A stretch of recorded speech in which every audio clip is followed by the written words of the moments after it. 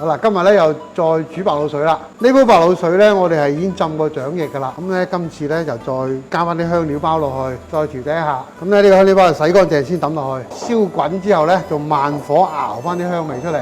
咁到一定嘅香味之後咧，我哋就調味。個白鹵水咧個香味咧就夠噶啦。咁咧呢個時候就調味。咁我哋調味咧就有幾種材料嘅。第一種鹽、白砂糖、味精，仲有九江雙蒸。點解要落九江雙蒸呢？其實咧最主要一個，我哋要個酒香味咧，唔能夠佢奪咗個鹵水嘅香味。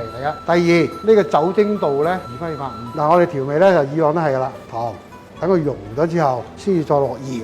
糖同鹽呢兩種調味品咧，慢慢喺裏邊充分咁融合。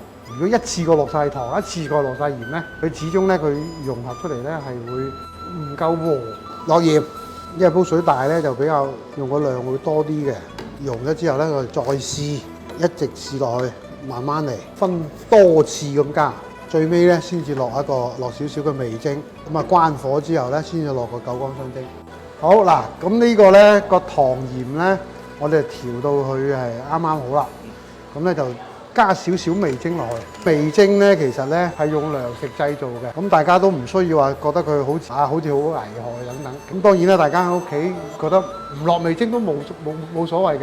咁嗱，而家調好味，滾翻之後咧，關火之前咧，我哋落埋個酒去，我哋隔一隔佢之後咧，就放落雪櫃。咁煮好啲掌液啊，就可以浸一日。咁當然呢個白鹵水咧，唔係單淨鵝掌液嘅，好多嘢都可以做嘅。大家可以喺屋企樣樣都試下。